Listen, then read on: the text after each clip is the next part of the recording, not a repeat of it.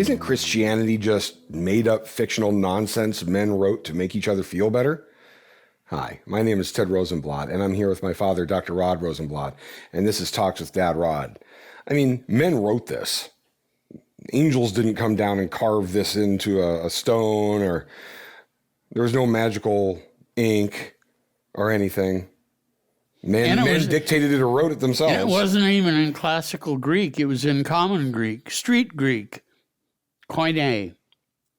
So what's the deal with that? I mean, this is just guys. What if this is just a get-rich-quick scheme and let's get some money in the plate and we can make something big here? Yeah. Yeah, the simple answer is no, it wasn't. But the marvelous aspect of that is that you can do a little bit of research, not a whole lot, and find out why the answer is no. In one of Peter's letters, you find him recognizing myth, and he writes, "And we have not followed cunningly devised fables." Mythos is the Greek. "We have not followed cunningly devised fables when we made known to you the coming of our Lord Jesus Christ." They knew myth better than we know myth. And Peter was saying there, we're not doing myth here, any of us. So the thing that characterizes myth overall is the reported events took place always and never, everywhere and no place. And if something is grounded in history, it automatically, in the bad sense of the word myth, is not that. Now, in the positive use of myth, you have things like Lewis's Narnian Chronicles and Tolkien's The Lord of the Rings. That point to the true. That point to Christianity. Narnia very clearly and outwardly, and Lord of the Rings not so much directly. This is flat out allegory. What are you doing? Yes. They knew what they were doing, and using it very, very, very well in a positive way. So we have examples in our own day. The negative use of myth is all of the Bible critics, starting in the 18th century up until our own day, those guys are actively working to undermine the faith of the simple Christian who reads some of their stuff. Not just Boltmann, but a whole gaggle of them. So that I'll say something like, there are only about 4 or 5 seminaries in the United States that are worth giving your money to or attending. Very few. Because Protestant seminaries are shot through with unbelief. And starting in the 18th century up to our own, they really are doing myth in the negative way. But the positive side is read Narnia and read Tolkien, The Lord of the Rings. You'll see it done in a positive way.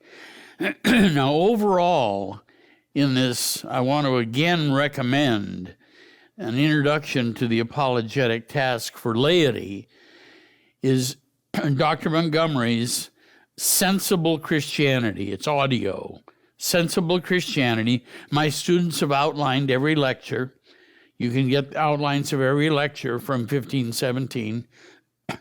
But there's the whole scheme or the defense of the faith presented in a way at lay level. It's we live, especially now more than ever, we live in storytelling, in what we're used to now with the big screen, with movies. You know, guys writing fiction writing, and we're in an ocean of whether we realize it or not, in this postmodern era, Dystopic stuff. that my perception is what determines my truth. So the truth itself is determined by me. I'm kind of made into my own little god of truth. I determine through my feelings and perceptions what is true and what isn't. And what you end up talking about in these episodes is an exterior, falsifiable truth that is based on historical fact and evidence. Yep. And Christianity is rooted in history in a way most religions are not. And in our culture, we're so not used to thinking that way that I think we want to dismiss that out of hand. Yep. Just the idea. Yep. We aren't even at to the subject of the idea yet. We're just at the idea that something could be objectively outside of me true, separate from my perception, is by itself offensive. We haven't even gotten to Jesus yet. Yep. We're in a particularly dark time, and you're describing it accurately. And how do we reach people who have had it so reinforced in them that their own perception is the final arbiter of all of that is true and not? And then you end up getting phrases like, well, this is true for me, or that might be true for you. Right. Your truth, my truth. It's just made up nonsense. It's like kids in the schoolyard just making up their own rules and then quickly figuring out in the game that they've made that their rules conflict. And then what does one child do? It's like, well, mine supersede yours or I'll punch you. Yep. Kids quickly figure out what it takes to make sure that one truth remains above all. And it'll be the fist. Yeah. There'll be a beating. I've grown up with that. As kids, that's how it is. The arguments, when we come up with our games, the arguments over the rules of the game, we're always being, well, that's not fair this way. We should that. And we start making subsections of rules to try to accommodate somebody else's need for fairness in some way, shape, or form. But at the end of the day, finally, somebody's going to slam the gavel and go, these are the rules, shut up. Yeah. So in a certain sense, that's uncomfortable for us, but it ends up helping things move forward.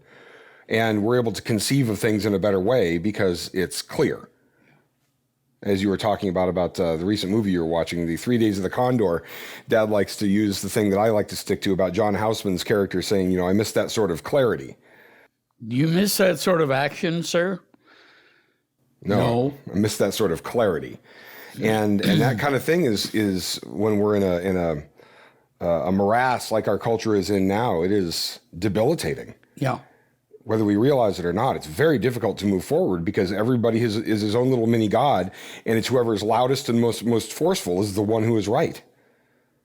That's what wins the day in these arguments. If you listen to things on TV, those who are loudest, most forceful, most violent, whatever, caustic,